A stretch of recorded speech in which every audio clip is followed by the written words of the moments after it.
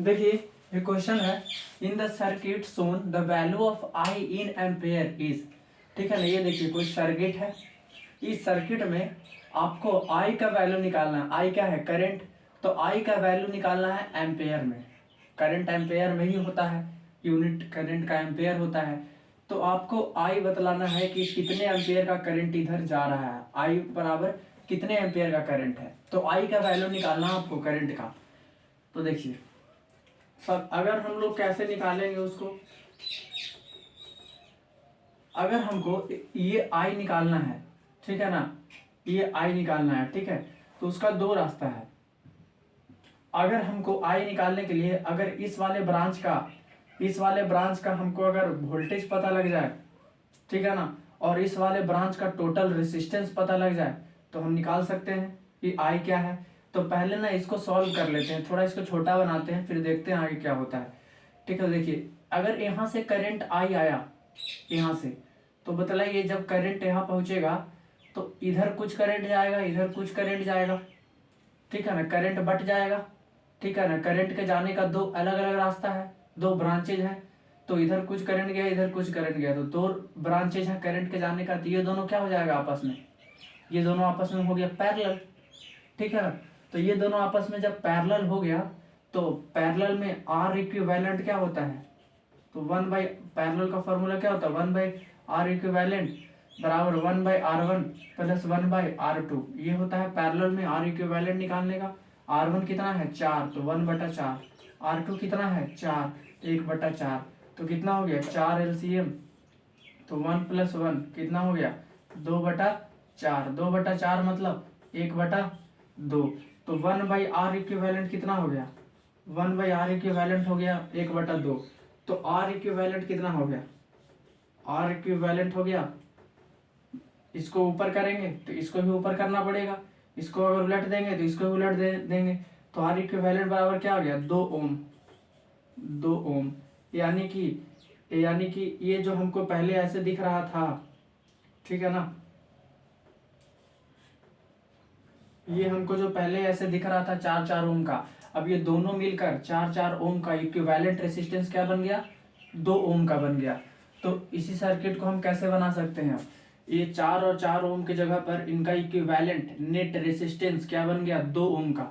तो यहाँ पर हम फिगर में ऐसे बना सकते हैं, ठीक है ना। देखिए इसको हम ऐसे लिख सकते हैं, यहाँ पर फिगर में ऐसे कर देते हैं यहाँ पर, ठीक है, क्योंकि ये तो 2 ओम हो गया, तो 2 ओम लिख दिए, 4 ओम के जगह पर इक्विवेलेंट रेसिस्टेंस क्या हो गया 2 ओम का, 2 ओम लगा दिए।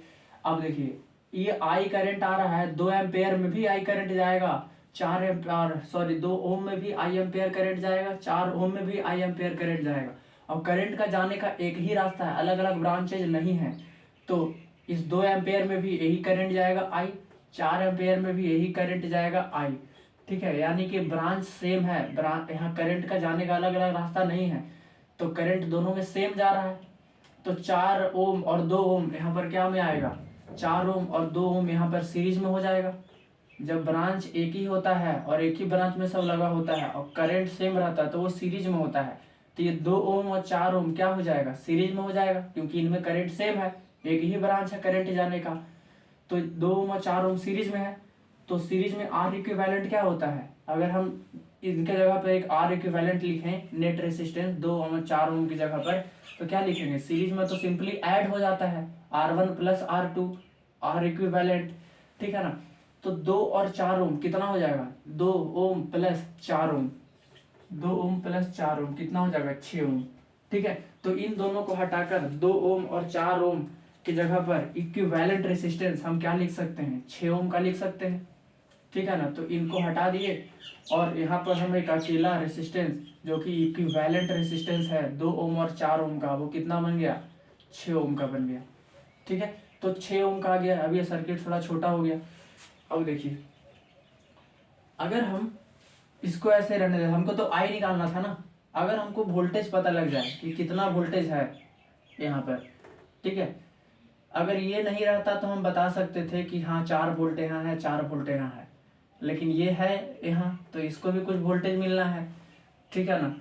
तो देखिए अच्छा, हम एक सपोज करते हैं ये बैटरी का पॉजिटिव टर्मिनल है, ये निगेटिव टर्मिनल है, तो यहाँ से करंट निकलेगा, मान लेते हैं ये करंट निकला आई, स्मॉल आई निकला, मान लेते हैं इधर से करंट कितना निकला, स्मॉल आई।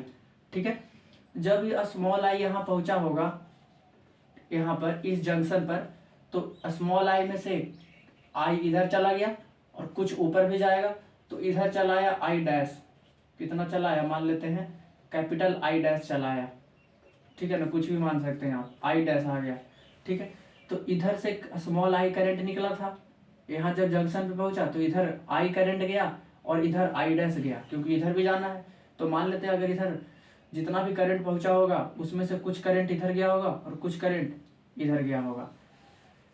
ठीक है, अब हम देख लेते हैं ना कि इस आई का वैल्यू क्या है। तो आई का वैल्यू हम कैसे निकाल सकते हैं, आई का वैल्यू, टोटल आई का वैल्यू, अगर आई का वैल्यू पता लग जाएगा उसके बाद इधर कुछ करंट जा रहे हैं, इन दोनों का रेशियो ले लेंगे, क्योंकि इन दोनों में तो वोल्टेज सेम रहना है, तो आई डैश और आई में कुछ ना कुछ रेशियो बनेगा।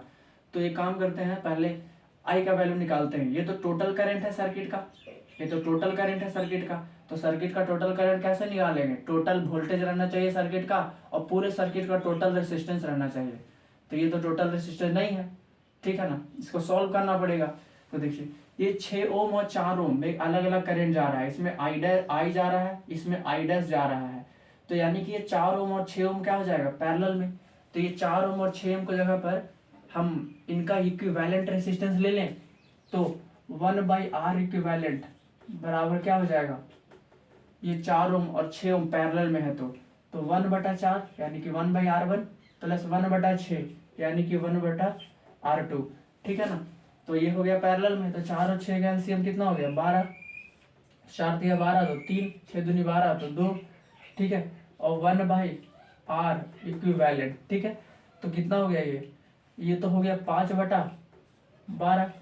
हमको तो चाहिए आर इक्विवेलेंट, इनके जगह पे 1 चाहिए, तो आर इक्विवेलेंट क्या आ गया, इसको जब पलट देंगे तो इसको भी पलटना पड़ेगा। ठीक है ना, तो इसको पलट देंगे तो कितना आ जाएगा, 12/5, 12/5 मतलब 12/5 मतलब हो गया 5 दूनी 10 और 5 को 20, यानी कि 2.4 ओम। यानी कि इनके जगह पर जो आर इक्विवेलेंट बना वो कितना बना, 2.4 ओम का बना, कितना, 2.4 ओम। तो ये सर्किट को अब हम ऐसे बना सकते हैं। ठीक है, यही सर्किट को हम ऐसे बना सकते हैं। अब 4 वोल्ट था, ठीक है, उसके बाद हम ऊपर में आ गया कितना, 2.4 ओम का आ गया, इनके जगह पर इक्विवेलेंट रेसिस्टेंस 1 बन गया 2.4 ओम का, और यहाँ पर कितना है, यहाँ पर एक रेसिस्टेंस लगा हुआ है नीचे में। ठीक है, कितना यहाँ पर लगा हुआ आपका 1.6 ओम का। ठीक है, और इधर से करंट जा रहा था आई। अब देखिए अभी भी इक्विवेलेंट रेसिस्टेंस नहीं निकला है, लेकिन अब जो ये आई करंट जा रहा है ये तो 1 बन गया 2.4 ओम का। ठीक है ना, ऐसे दिखेगा, ये दोनों को सॉल्व करके 2.4 ओम लग गया ऊपर, और ये तो नीचे ही रहना है। तो देखिए इधर से जो बैटरी से आई करंट निकला था अब 2.4 ओम में सेम जा रहा है, 1.6 ओम में सेम जा रहा है। ठीक है ना, क्योंकि यही करंट घूम फिर कर इधर आएगा, तो दोनों में करंट सेम है, 2.4 ओम में और 1.6 ओम में, एक ही ब्रांच है करंट का, तो यानी कि ये दोनों क्या हो जाएगा आपस में, सीरीज में। तो इनका सीरीज, अगर हम इक्विवेलेंट रेसिस्टेंस निकालें इनका, तो इक्विवेलेंट रेसिस्टेंस क्या हो जाएगा, सीरीज में है ये, तो R1 प्लस R2 होगा। ठीक है ना, R1 प्लस R2 होना है, तो R1 कितना है, 2.4 ओम। ठीक है ना, 2.4 ओम, और R2 कितना है, 1.6 ओम, तो 3 1 4 ओम हो गया। ठीक है ना, 3 1 4 ओम हो गया। तो पूरे ये जो सीरीज में निकला आर इक्विवेलेंट सीरीज का RS, ठीक है, ये दोनों मिलकर अब 1 बन गया।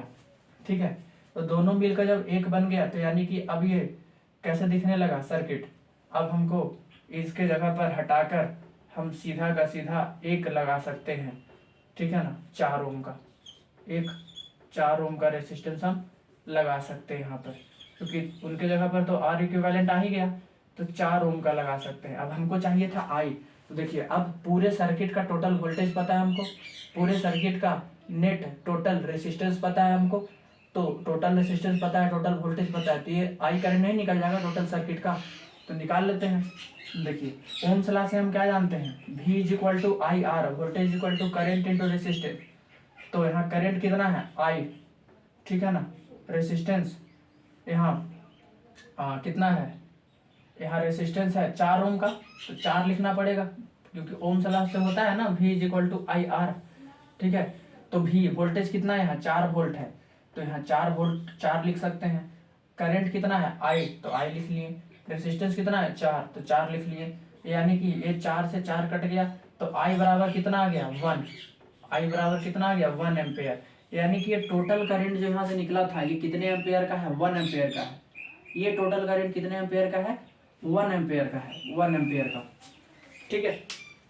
अब देखिए एक चीज करते हैं, इधर इरेज कर दे, ये तो लिख लिए होंगे, इधर इरेज कर देते हैं, ठीक है। देखिए अब टोटल करंट हमको निकल गया कितना, 1 एम्पेयर का करंट निकल गया। अब हमको चाहिए, लेकिन हमको ये नहीं चाहिए, हमको ये आई चाहिए, ठीक है ना, ये जो कैपिटल आई यहाँ पे दिख रहा है। तो देखिए ये वोल्टेज है, तो कुछ वोल्टेज इसको मिला होगा 1.6 ओम को, ये वोल्टेज है, सबके अक्रॉस में पोटेंशियल ड्रॉप होगा ना, सबके अक्रॉस में पोटेंशियल डिफरेंस होगा, सबको वोल्टेज मिलेगा रेसिस्टेंस जितना भी है। तो देखिए 4 वोल्ट में से कुछ वोल्ट तो 1.6 ओम के सिरों पर हो जाएगा, बाकी जो बचेगा रिमेनिंग में वो दोनों इसको मिलना है, और दोनों ये पैरेलल में है आपस में, ये दोनों यहाँ पर क्या है, बिल्कुल पैरेलल में है। तो ये दोनों 4 ओम और 6 ओम पैरेलल में है, निकाले भी हैं उधर से।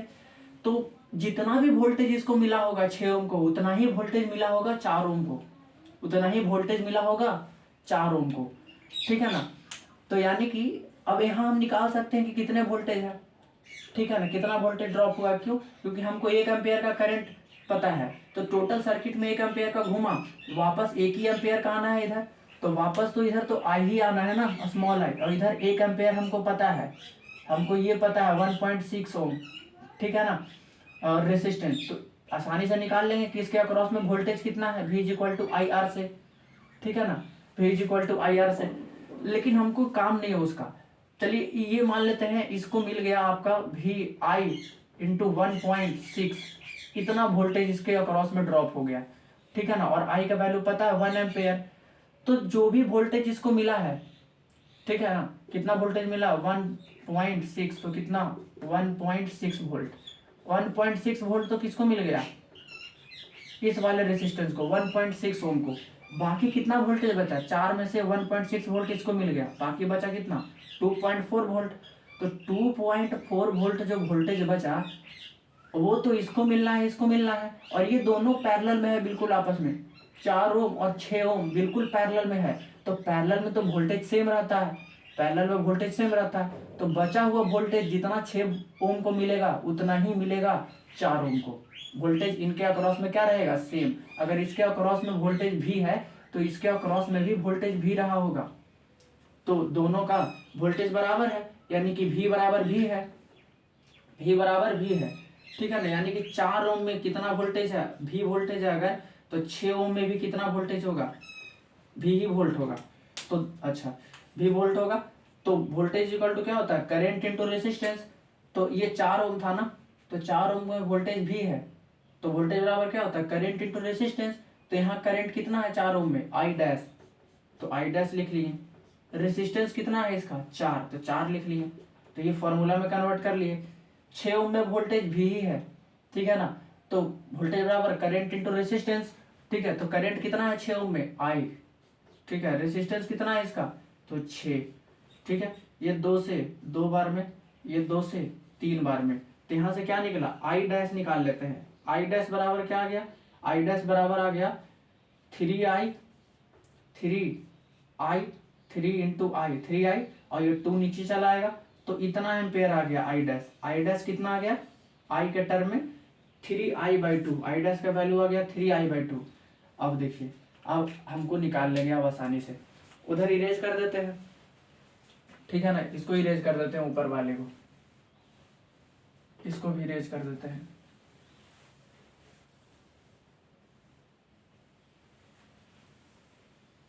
देखिए तो हमको निकालना था ये वाला अब देखिए ये करंट I बराबर क्या लिख सकते हैं हम, I प्लस आई डैश लिख सकते हैं, I प्लस आई डैश लिख सकते हैं, ठीक है ना। क्यों? क्योंकि देखिए यहाँ करंट जा रहा है I, यहाँ पर ये पहुंचा I करंट, ये वाला I, इसी में से कुछ करंट इधर गया, इसी में से कुछ करंट इधर गया है। तो अगर ये 5 एम्पेयर आता तो हम बोल देते कि 2 एम्पेयर इधर गया है, 3 एम्पेयर इधर गया है, सपोज। तो यानी कि देखिए अगर इधर करंट मान लेते हैं 5 एम्पेयर का आया है, यहाँ से अब करंट को बटना है, इधर जाना है, तो इधर मान लेते 2 एम्पेयर गया होगा, इधर 3 एम्पेयर गया होगा। तो देखिए करंट तो सेम ही रहना है ना, जितना करंट आएगा उतना ही बट के जाएगा। तो यानी कि इधर से जितना करंट आया है जंक्शन पर उतना ही करंट जंक्शन से जाएगा। तो हम बोल सकते हैं कि जंक्शन पे करंट आया I, तो जंक्शन से उतना ही करंट जाएगा। तो I का वैल्यू किसके बराबर होगा, I डैश प्लस I के बराबर, ठीक है ना। ये बराबर है क्योंकि ये I में से ही तो दोनों निकला है। तो यहाँ पर 5 एम्पेयर ये I था और ये था I और I डैश, तो 3 एम्पेयर प्लस 2 एम्पेयर, ठीक है। तो देखिए यहाँ पर कर सकते हैं, तो यानी कि I बराबर I प्लस आई डैश, जितना करंट आएगा उतना ही करंट जाएगा। तो I बराबर I प्लस आई डैश। अब देखिए I कितना है हमारे पास, स्मॉल I, तो 1 एम्पेयर है, तो 1 लिख लिए। I कितना है, I निकालना ही है ना, I तो निकालने हैं, तो I को I रखने दीजिए। I डैश कितना आया, I डैश आया 3I/2, I डैश कितना आया 3I/2, तो 3I/2 लिख लेते हैं, ठीक है। एलसीएम ले लीजिए, तो 2 एलसीएम ले लिए, तो कितना हो गया 2I प्लस 3I, तो कितना हो गया ये 2I प्लस 3I 5I/2, और इधर कितना था 1 था। हमको तो I निकालना है, तो I को इधर ही रखते हैं, 2 को इधर मल्टीप्लाई कर देते हैं, 2 ऊपर में आ गया, 5 नीचे में चला आएगा, ठीक है। तो सीधा करके इसको लिखेंगे तो क्या हो जाएगा 2/5, पलट कर लिख दिए, तो ये क्या हो गया 0.4 एम्पेयर। यानी कि ये जो I का वैल्यू पूछ रहा था ना, ये I का वैल्यू वो कितना हो गया 0.4 एम्पेयर का हो गया, ठीक है। Option number C।